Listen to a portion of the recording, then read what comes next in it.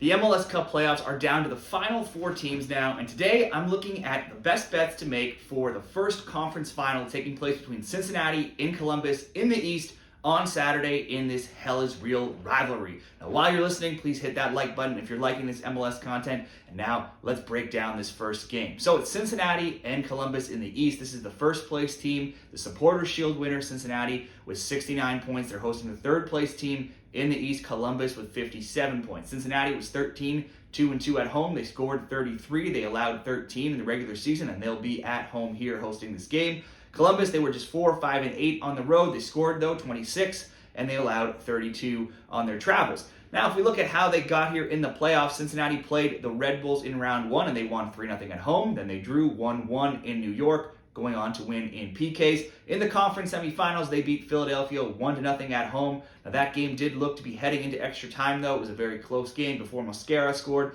a controversial winner that could have been offside deep into stoppage time in the 94th minute. It's the first time Cincinnati has advanced to the conference finals. Now, versus Philadelphia, Cincinnati had 56% of the possession. Philly had more shots, 16-11, but Cincinnati led in shots on target, 6-4, and corners, 8-5.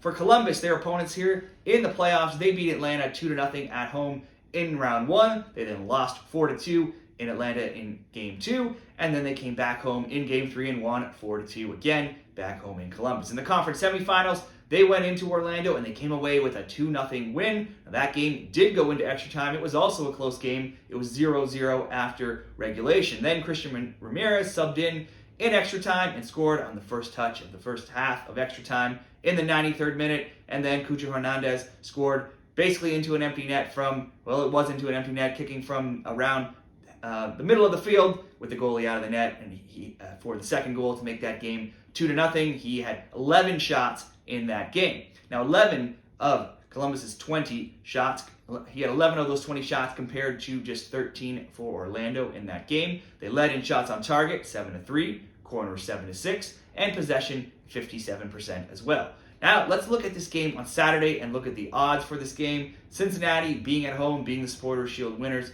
are the favorites at plus 125 to win within 90 minutes. The draw is plus 220. Columbus to win is plus 230. Cincinnati to advance by any means, that would be in regulation, in extra time, or in PKs, is favored at minus 163. Columbus is plus 120. If you were betting over-under, over 2.5 is minus 118. Under 2.5 is minus 106. Bets on both teams to score yes. I'm looking at Bet365 right now is minus 150. Both teams to score no at plus 110. The previous meetings this season when these teams met up, both teams won at home. First Cincinnati 3-2, and then Columbus 3-0. So we have seen goals this season. We've also seen goals historically when these teams meet. There's been 2 or more goals in each of the past 8 meetings between them. There's been 3 or more goals in 7 of 8. There's also been 4 or more goals in 4 of 8 of recent meetings. Bets on both teams to score and over 2.5 has gone 5-2 in the last 7 meetings. Home teams are also undefeated in the past 9 at 6-3-0.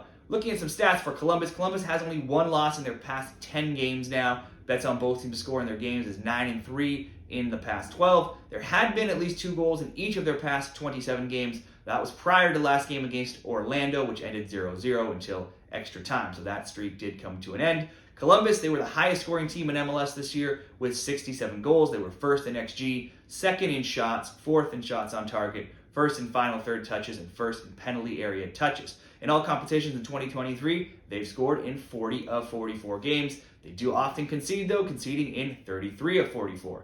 Historically, Columbus has not been a good road team in the playoffs when they're not playing at home. Now, that Orlando win was their first in 17 road playoff games. They are now 1-5-11 when playing away from home in the playoffs. For Cincinnati has just 1 loss in 10. They've scored in all of those 10 as well. Both teams to score, though, is just 6-4 in those 10, as they've kept clean sheets in 4 of their past 8 games. The late goal versus Philadelphia means they've only failed to score in 2 of 22 games in recent competitions, if we look across all different competitions they've been playing in. When they're playing at home at TQL Stadium, Cincinnati has scored in an incredible 41 of their past 42 home matches in all competitions, going way back all the way into last year. Their 57 goals for in the regular season was 5th overall. They were also strong defensively, though, giving up just 39 goals. That's the 5th fewest. They had the 7th best XGA, and they have allowed the 6th fewest shots on target allowed.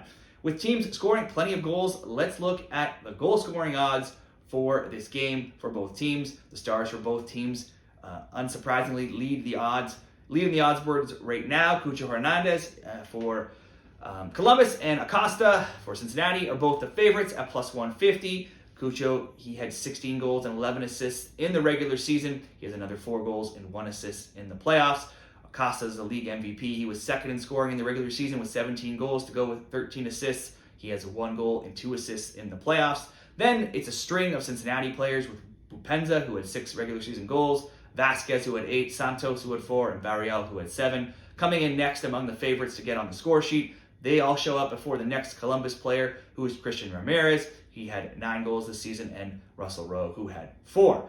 Let's look at what I think could be the best bet for this game. Much like the regular season, Columbus has been the highest scoring playoff team as well so far. They have 10 goals, and Cucho has been unstoppable. He's tied with LAFC's Dennis Bouanga with 4 goals in the playoffs. It's likely Columbus holds most of the possession in this game. They had the highest average possession all season at 57.1, while Cincinnati had the 18th most at just 48.8. Cincinnati could also be missing some key players for this game, with Wobobo injured and possibly center back Matt Miazga still suspended. That's still to be decided. Those would be big losses to try to contain this Columbus team that has just been so offensively explosive this season, and with one of the best strikers in the league right now in Cucho.